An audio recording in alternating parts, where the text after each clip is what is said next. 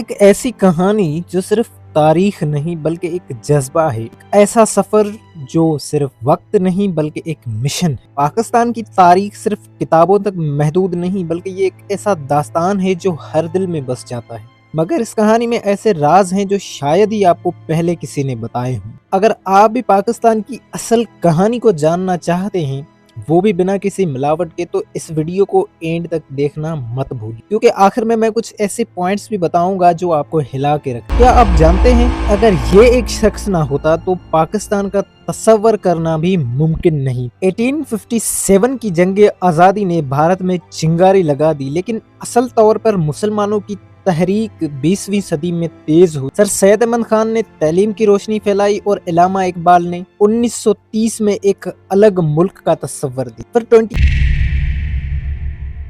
23 مارچ 1940 کو لاہور میں جب ریزولوشن پاس ہوا جہاں مسلمانوں نے ایک الگ ہی ملک کا مطالبہ کیا، اس قربانی اور محنت کا نتیجہ 14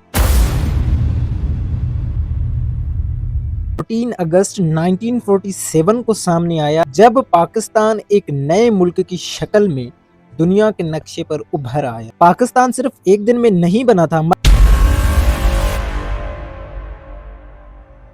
مگر ایسے کون سے مسائل تھے جو نئے ملک کو پہلے دن سے ہی گرانے لگے؟ پاکستان بنا مگر مشکلاتیں بھی ساتھ آئی، لاکھوں لوگ ہجرت کر کے آئے، غریبی تھی، ریسورسز کی کمی تھی۔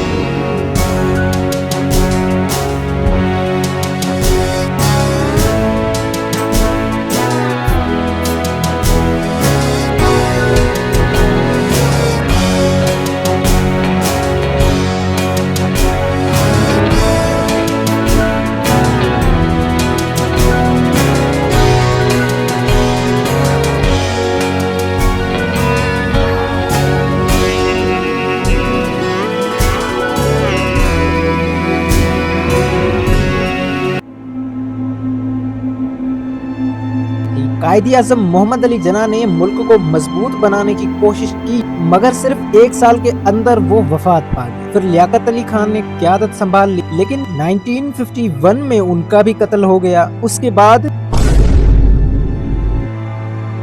1956 میں پاکستان کا پہلا آئین یعنی کانسٹیٹیوشن آیا، مگر سیاسی انسٹیبلٹی جو تھی وہ بڑھتی گئی۔ ایک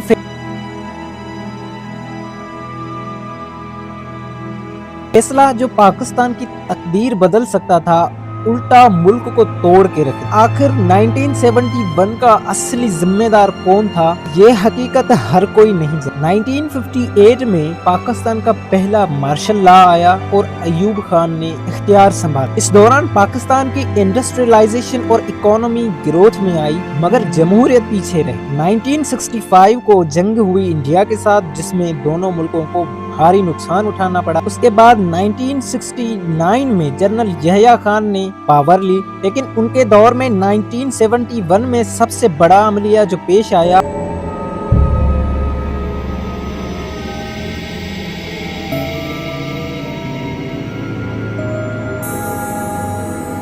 پاکستان دو حصوں میں تقسیم، بنگلہ دیش پاکستان سے الگ۔ 1971 میں ہی ذوالفقار علی بھٹو نے ملک کی قیادت سنبھالی، انہوں نے نئے آئینس کا نظام دیا، پاکستان کو اٹانومک پروگرامز کی طرف لے گئے اور عوامی پولیٹکس کو مضبوط کیا۔ مگر 1977 میں ان کی حکومت کو گرایا گیا اور جنرل ضیاء الدین حق نے مارشل لا لیا۔ ایک جھگڑا جو صرف افغانستان اور رشیا تک محدود نہیں تھا بلکہ پاکستان کی ساری پولیٹکس، اکانومی اور فیوچر کو ہلا کے رکھ دیا۔ مگر اصل حقیقت کیا تھی؟ جنرل ضیاء الحق نے اسلامک لاز نافذ کیے اور رشیا کے خلاف افغانستان کی لڑائی میں شمار ہو۔ یہ لڑائی پاکستان کے لیے ایک بڑے ہی چیلنج کا سبب بنی، کیونکہ اسی دوران ملک میں ایکسٹریمسٹ اور طالبان کا بنیاد پڑا۔ اس کے بعد 1988 میں ضیاء الحق ایک